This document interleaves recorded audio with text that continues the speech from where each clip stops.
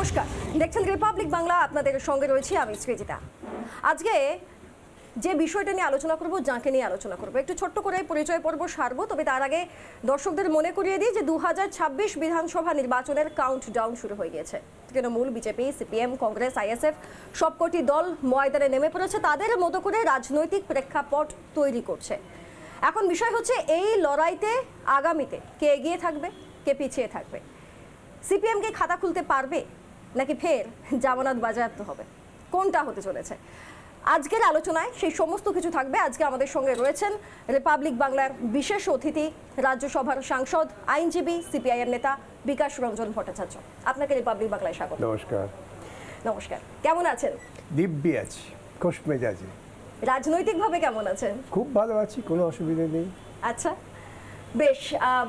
যেহেতু আমি আজকে বিকাশ রঞ্জন ভট্টাচার্যের সঙ্গে কথা বলছি এবং শিক্ষা দুর্নীতি রাজনৈতিকভাবে একটা অন্যতম বড় বিষয় এখন দাঁড়িয়ে নির্বাচনের আগেও, আমার কয়েকটা প্রশ্ন বিকাশদা আপনাকে, যে এই যে আপনি একটা লড়াই লড়লেন, একটা প্যানেল বাতিল হয়ে গেল, এতে লাভের লাভ কি হলো? মানে আপনি কি মানুষের কাছ অবধি পৌঁছতে পারলেন? আইনজীবী হিসেবে নয়, একজন রাজনৈতিক ব্যক্তিত্ব হিসেবে কি পৌঁছতে পারলেন, নাকি আরো কিছুটা দূরে চলে গেলেন? মমতা বন্দ্যোপাধ্যায় তো বলছেন তিনি মানবিক, সবটাই একটু বুঝে নিতে হয়, তিনি তো সবার পাশে থাকতে চেয়েছিলেন, উল্টে এতগুলো ছেলেমেয়ের চাকরি গেল।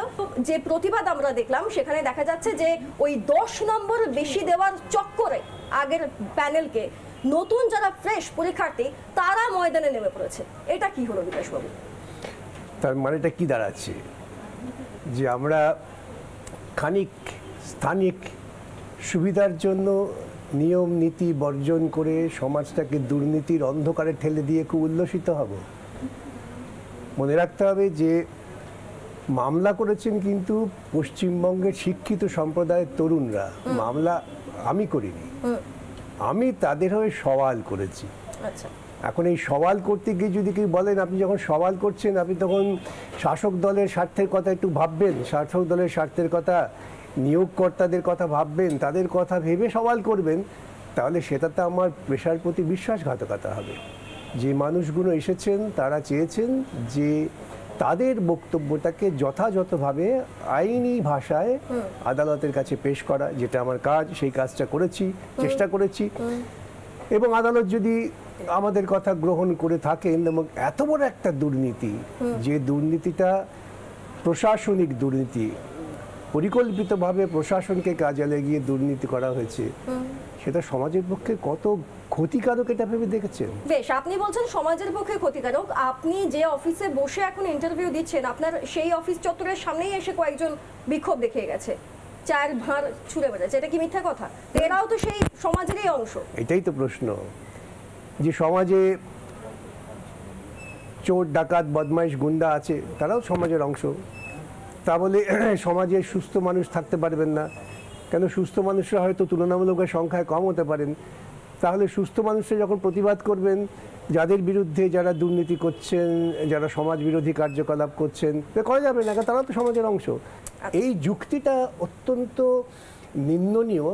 আমি একটা বিষয়, এটা একটু আইনগত বিষয়টাই আমি বলতে চাইবো, যে একটা প্যানেল, যে প্যানেলটা নিয়েই প্রশ্ন রয়েছে, 2016 সালে যে প্যানেলটা নিয়েই প্রশ্ন রয়েছে, সেই প্যানেলে যোগ্য অযোগ্য বিচার করা কঠিন হয়ে যাচ্ছিল। একটা পরীক্ষা হলো, বলা হলো 10 নম্বর বেশি দেওয়া হবে, তো এতে তো যারা নতুন পরীক্ষার্থী তারা ফেঁসে গেল।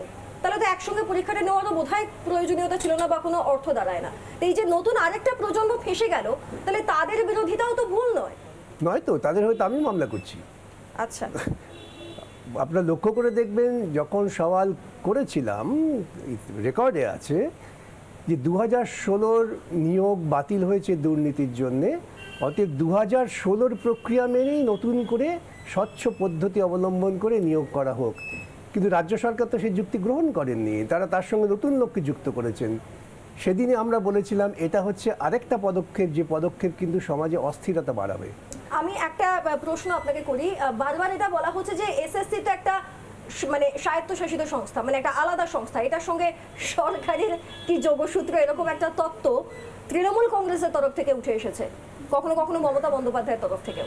খুব বিনয়ের সঙ্গে বলবে, এর থেকে খারাপ যুক্তি হতে পারে না। মানে আপনি যদি আপনার বাড়ির শিশু সন্তানকেও ধমক দেন, তখনও সে বোধহয় এই ধরনের যুক্তি পাল্টা খাড়া করবে না। একটি সংস্থা যা সরকার তার বিধি নিয়ন্ত্রণ করেন, সেই সরকার এই সংস্থাটির জন্ম দিয়েছেন, তৈরি করেছেন, এই সংস্থার উপরে সরকারের সম্পূর্ণ নিয়ন্ত্রণ আছে। নানা ধরনের কন্টেন্ট দেখার জন্য লাইক করুন, শেয়ার করুন আমাদের ফেসবুক পেজ, সাবস্ক্রাইব করুন আমাদের ইউটিউব চ্যানেল। পাশাপাশি অন্যান্য ব্রেকিং নিউজের জন্য অবশ্যই চোখ রাখুন রিপাবলিক বাংলায়।